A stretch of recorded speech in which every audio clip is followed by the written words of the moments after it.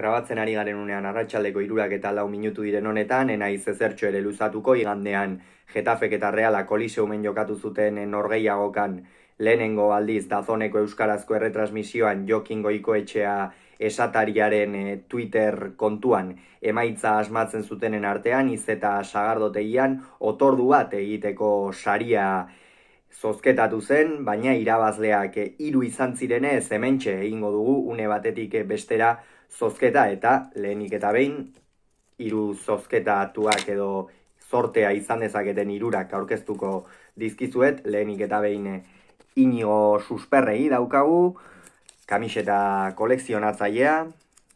Bigarrenik hementxe daukagu El Kritikon baita ere, eta azkenik hementxe daukagu azken irabazlea, kasu honetan Manex Etxabe. Eta hementxe nahasketa egingo dut oraintxe eta inongo manipulaziorik ez dagoela demostratzeko irabazlea aterako dugu, eta irabazlea Manex Etxabe da. Beraz, zorionak Manex, lortu egin baituzu iz eta sagardotegian otordu bat, hauxe gure aldetik esan beharrekoa. Hurrengoan gehiago izango duzu, bitartean on izan, agur.